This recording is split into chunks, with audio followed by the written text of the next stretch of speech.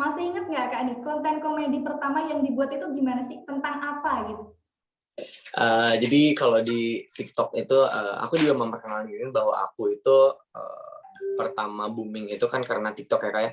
Jadi di TikTok itu ada fitur namanya Stitch ya. Jadi Stitch itu memotong video orang lain kurang lebih 1-5 detik lalu kita lanjut dengan video kita gitu. Biasanya untuk jadikan komentar, dilanjut atau ya seperti itu. Nah, di situ kebetulan ada video ibu-ibu yang lagi jalan-jalan gitu.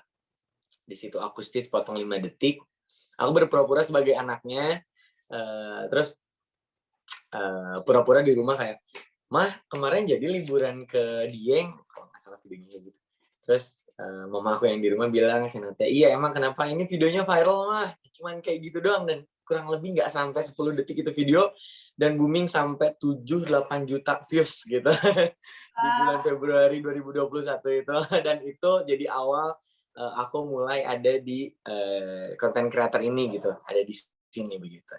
Oke, berarti awal mulai dari kehidupan sehari-hari diparodiin gitu ya Kak. Nah, kalau Betul betul. Kak Lukman ini kan kalau kita lihat ini kontennya menarik-menarik, ide ceritanya juga menarik-menarik. Nah, seperti itu tuh idenya dari mana Kak? Apakah dari Kak Lukman langsung atau dari orang lain atau dari mana nih? Ya, jadi nah dari awal video aku yang pertama itu kan mungkin masih random ya, arah-arah ke sini tuh aku berpikir kan, "Wah, apa ya yang bisa diterusin tapi bikin orang nggak bosan?" Nah, dari situ aku coba ini aja mikir, "Wah, di kehidupan aku dari kecil sampai sekarang yang lucu apa ya?" Nah, kebetulan yang banyak lucunya itu kehidupan aku waktu masih kecil gitu, Kak. Karena masih kecil tuh kadang, wah, random banget gitu. Nah, dari situ aku coba tarik beberapa cerita yang relate sama orang lain, kayak contohnya aku bikin parodi kalau masih kecil, makan, lari-lari, terus jatuh. Di situ juga aku pakai bedak. Nah, kayaknya konten yang relate sama orang lain itu akan lebih diterima. Nah, dari situ aku mulai mengembangkan gitu, Kak. Konten-konten relatable lah bisa dibilang gitu ya, sama semua orang. Dan sekarang aku fokusnya menjadi sosok anak kecil di TikTok itu, Kak. Jadi cerita-cerita lucu di masa kecil aku angkat kembali, aku remake kembali dengan gaya aku yang sekarang gitu.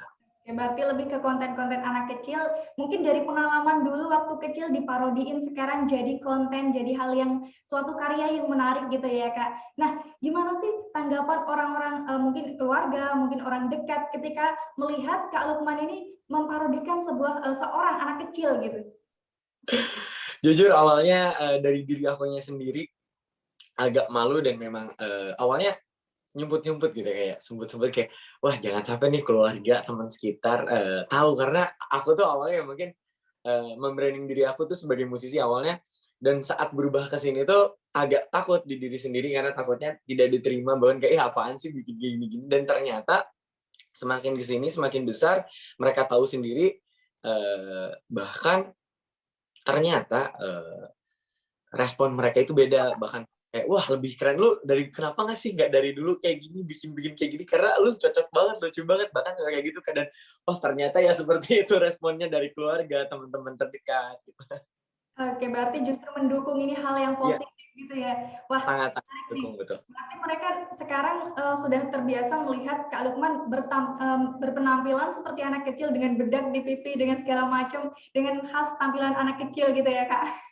Iya, itu dia. Jadi malah sekarang dikenalnya sebagai Lukman komedian aja gitu, sebagai Lukman si bocil kayak gitu.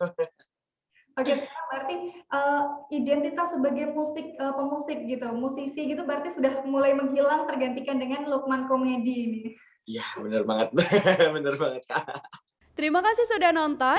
Jangan lupa like, subscribe, dan share ya.